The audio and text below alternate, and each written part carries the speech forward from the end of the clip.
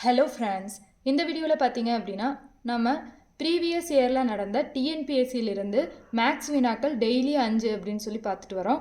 இன்றைக்கி அதில் ஃபஸ்ட்டு வினா பாருங்கள். ஒரு நேர்வட்ட கூம்பின் கன அளவு 11,088 கன சென்டிமீட்டர் ஆகும். கூம்பின் உயரம் 24 சென்டிமீட்டர் எனில் அதன் ஆரம் காண்க. சர்க்குலர் கோனோட வால்யூம் கொடுத்துட்டாங்க, அடுத்து ஹைட்டு கொடுத்துட்டாங்க, ரேடியஸ் ஃபைன் பண்ண சொல்கிறாங்க. ஸோ கூம்போட கன அளவுக்கு ஃபார்முலா என்ன வரும் அப்படின்னா 1/3 πr²h. ஸோ இங்கே கூம்பின் கன அளவு வேல்யூ என்ன கொடுத்துட்டாங்க, 11,088 அப்படின்னு சொல்லி கொடுத்துட்டாங்க. 1/3 பெருக்கல் பையோட மதிப்பு 22/7, r² தான் ஃபைன் பண்ணணும். ஹைட் வந்து என்ன கொடுத்துட்டாங்க, ஹைட்டு 24 சென்டிமீட்டர்னு சொல்லி கொடுத்துட்டாங்க.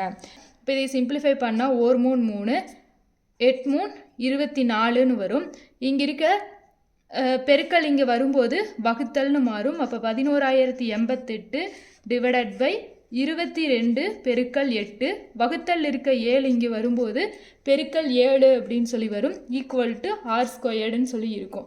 இப்போ இதை சிம்பிளிஃபை பண்ணோம் அப்படின்னா 2 11 22, 1 11 11, 0 0, 8 11 88. அடுத்து சிம்பிளிஃபை பண்ணால் 1 2 I 2 10, 0 4 2 8ன்னு சொல்லி வரும். அடுத்து 4 2 8, 2 2 4, மிச்சம் 1 I 2 10, 2 2 4 அப்படின்னு சொல்லி வரும். அடுத்து 1 நாங் 4, I நாங் 20, 6 நாங் 24, மிச்சம் 1 3 நாங்கு 12 அப்படின்னு சொல்லி கேன்சல் ஆகிடும். இப்போ மீதி இருக்கிறது 63 பெருக்கல் 7. இப்போ 63ஐயும் 7ஐயும் பெருக்கணும் அப்படின்னா 3 21, மிச்சம் 2, 6 42, 42 கூட 2 கூட்டினோம் அப்படின்னா 441 ஈக்குவல் டு r²ன்னு வரும். அப்போ 441 எதோட ஸ்கொயர் வேல்யூ அப்படின்னு சொல்லி பார்த்தோம்னா 21ஓட ஸ்கொயர் வேல்யூ தான் 441 அப்படின்னு சொல்லி வரும். இப்போ ஸ்கொயர் கேன்சல் ஆகிடும். அப்போ ஆரோட value 21 centimetre. So third option.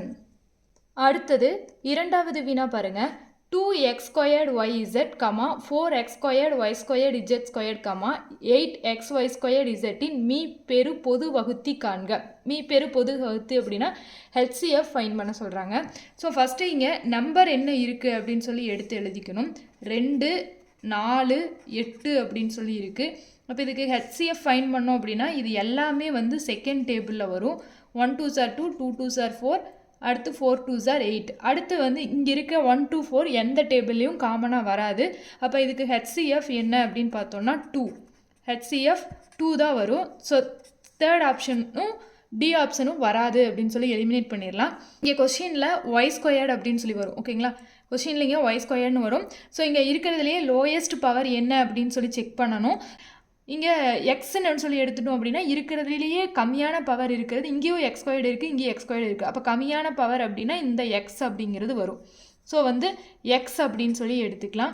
ஒய்ன்னு எடுத்துட்டோம் அப்படின்னா ஒய்க்கு எல்லாத்துலேயுமே வந்து பவர் வேல்யூ 2 தான் இருக்குது. ஸோ அந்த y⁻2 அப்படியே எழுதிக்கலாம். இசட்டுன்னு எடுத்துட்டோம் அப்படின்னா இங்கே இஜெட்டுன்னு இருக்குது, அடுத்து z² இஜெட்னு இருக்குது. அப்போ இதோட பவர்னு எடுக்கும்போது 1 அப்படிங்கிறது தான் லோயஸ்ட் பவர், கம்மியான பவர். அப்போ இசட் அப்படிங்கிறத எடுத்துக்கலாம். ஸோ இதுக்கு மீ பெரு பொது வகுத்தி என்ன அப்படின்னு சொல்லி பார்த்தீங்கன்னா 2xy² z. First option 2xy² z. அடுத்தது மூணாவது வினா பாருங்க. The simple interest on rupees 10,950 for 42 days at 10% per annum is.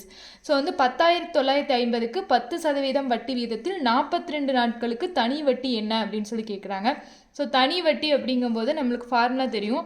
Simple interest equal to PNR/100 அப்படிங்கிறது தெரியும். இங்கே பியோட மதிப்பு என்ன கொடுத்துருக்காங்க, 10,950 அப்படிங்கிறதா பிரின்சிபல் அசல். அடுத்து நம்பர் ஆஃப் இயர் வந்து இங்கே கொடுக்கல, இதை எப்படி கொடுத்துருக்காங்க, நாட்களில் கொடுத்துருக்காங்க. அப்போ நாட்கள்னு வரும்போது அதை எப்படி எழுதணும், 365ஆல் டிவைட் பண்ணும். நாட்கள் அப்படிங்கிறதுனால ஒரு வருஷத்தில் 365 நாட்கள் இருக்கும், அதனால் 365 அப்படிங்கிறதால டிவைட் பண்ணுறோம். இன்ட்டு அடுத்து 10% வட்டி விகிதம். அப்போ 6க்கு 10ன்னு கொடுத்துட்டாங்க. ஸோ 10/100. இப்போ இதை சிம்பிளிஃபை பண்ணால் இந்த 0 0 கேன்சல் ஆகிடும், இந்த 0வும் 0வும் கேன்சல் ஆகிடும். 7 5 35, மிச்சம் 1 3 5 15, இங்கே கேன்சல் பண்ணால் 2 5 10, ஓர் 5 5, மிச்சம் 4, 9 5 45 அப்படின்னு சொல்லி வரும். அடுத்து இங்கே கேன்சல் பண்ணோம் அப்படின்னு பார்த்தீங்கன்னா ஓர் 73 73, 3 73 219 அப்படின்னு சொல்லி வரும். சரிங்களா? அதாவது இதை பெருக்கி பார்த்துங்க, 73 பெருக்கல் 3ஓட வேல்யூ 219 அப்படின்னு சொல்லி வரும். அப்போ மீதி நம்மளுக்கு என்ன இருக்குது, இங்கே 3 இருக்குது, பெருக்கல் 42 அப்படின்னு சொல்லி இருக்குது. அப்போ 42ஐயும் 3ஐயும் பெருக்கணும் அப்படின்னா 4 3 2 3 6, 4 3 12, அப்போ 126 அப்படிங்கிறதான் தனி வட்டி. So C option.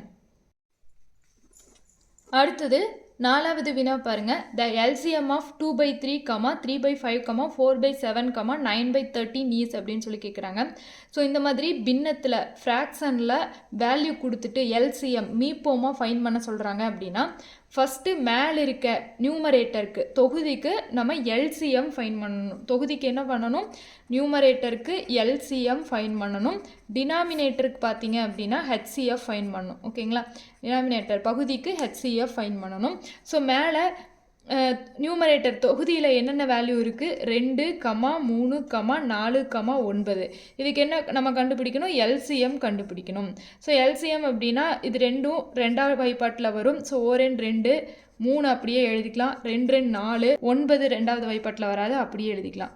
அடுத்து பார்த்தீங்க அப்படின்னா 3வது வாய்ப்பாட்டில் போடும்போது 1 3 3, 2 வராது, 3 9.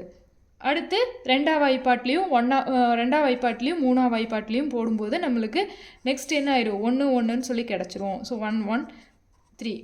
நெக்ஸ்ட்டு தேர்ட் டேபிளில் போடும்போது 1 1 1 1ன்னு சொல்லி வரும். இப்போ இதை பெருக்குனீங்கன்னா 2 3 6, இங்கே பெருக்குனா 2 3 6, 6 36 அப்படின்னு சொல்லி எல்சிஎம் கிடைக்கும். ஸோ எல்சிஎம் நியூமரேட்டரோட வேல்யூ எல்சிஎம் 36 டிவைடட் பை டினாமினேட்டருக்கு ஹெச்சிஎஃப் ஃபைன் பண்ணும். ஸோ டினாமினேட்டரோட வேல்யூ என்ன இருக்குது, 3, 5, 7, 13ன்னு இருக்குது. அப்போ இதில் இருக்க எல்லா நம்பருமே என்ன ஆகாது, ஒரே டேபிளில் வராது காமனாக. ஃபஸ்ட்டு டேபிளில் மட்டும்தான் எல்லா நம்பரும் வரும். அப்போ இதோட ஹெச்சிஎஃப் என்ன அப்படின்னா 1. ஸோ டினாமினேட்டரில் வேல்யூ 1ன்னு எடுத்துக்கலாம். அப்போ 36/1 அப்படின்னாலும் 36 அப்படின்னாலும் ஒரே மதிப்பு தான். ஸோ இதுக்கு ஆன்சர் 36. ஸோ இங்கே என்ன கேட்டிருக்காங்க, எல்சிஎம் கண்டுபிடிக்க சொல்லி ஃப்ராக்ஷனில் பின்னத்தில் கொடுத்துருக்காங்க. இப்படி கொடுக்கும்போது நம்ம நியூமரேட்டருக்கு எல்சிஎம் ஃபைன் பண்ணணும், டினாமினேட்டருக்கு ஹெச்சிஎஃப் ஃபைன் பண்ணணும். மாற்றி கண்டுபிடிச்சிட்டிங்க அப்படின்னா ஆன்சர் வந்து 1/36ன்னு உங்களுக்கு கிடச்சிரும். ஸோ அதுவும் ஆப்ஷனில் இருக்குது. ஓகேங்களா? ஸோ இந்த மாதிரி தான் நம்ம எல்சிஎம் ஃப்ராக்ஷனில் கொடுக்கும்போது கண்டுபிடிக்கணும். அடுத்தது 5வது வினா பாருங்கள். Find the 12th term from the last term of arithmetic progression -2, -4, -6, etc. -100. அதாவது -2, -4, -6, etc. -100 என்ற கூட்டுத்தொடர் வரிசையில் இறுதி உறுப்பிலிருந்து 12வது உறுப்பு என்ன அப்படின்னு சொல்லி கேட்குறாங்க. ஸோ இறுதி உறுப்பு இங்கே என்னன்னு கொடுத்துட்டாங்க, -100 அப்படின்னு சொல்லி கொடுத்துட்டாங்க. இது வந்து எந்த வரிசைன்னு கொடுத்துட்டாங்க, கூட்டுத்தொடர் வரிசைன்னு கொடுத்துட்டாங்க. அப்போ டிஃப்ரென்ஸ் பார்த்தோம் அப்படின்னா இங்கே என்ன ஆயிருக்கு, -2, -4, -6, எக்ஸட்ரா -100ன்னு வருது. இதுதான் கடைசி உறுப்பு, லாஸ்ட் டேம் -100ன்னு கொடுத்துட்டாங்க. அப்போ இங்கே என்ன ஆகிட்டே வருது, -2 கூட -2 + -2 ஆட் பண்ணால் தான் -4, -4 கூட -2 ஆட் பண்ணால் -6. ஸோ எல்லாமே -2 -2ன்னு ஆட் ஆகிட்டே வருது. அப்போ இங்கேருந்து நம்ம 12வது உறுப்பு கேட்குறாங்க. இப்போ 12வது உறுப்பு அப்படின்னா நம்ம என்ன பண்ணிடலாம், இங்கிருந்து -2 -2ன்னு பண்ணிகிட்டே வரும்போது நம்மளுக்கு கண்டுபிடிச்சிடலாம். ஸோ -100 அப்படிங்கிறதான் எத்தனாவது உறுப்புன்னு சொல்லி கொடுத்துருக்காங்க, முதல் உறுப்பு. கடைசியிலிருந்து பார்க்கும்போது முதல் உறுப்பு.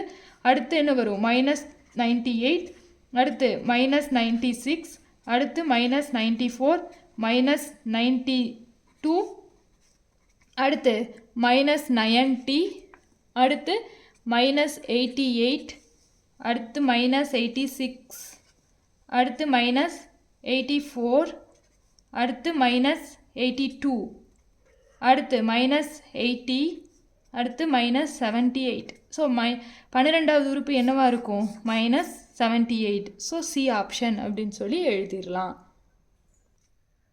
ஓகே, இதோட பார்த்தீங்க அப்படின்னா இன்றைக்கான 5 வினாக்களும் அதற்கான விடைகளும் பார்த்தாச்சு. அடுத்த வீடியோவில் இன்னும் 5 வினாக்கள் பார்க்கலாம். தேங்க்யூ.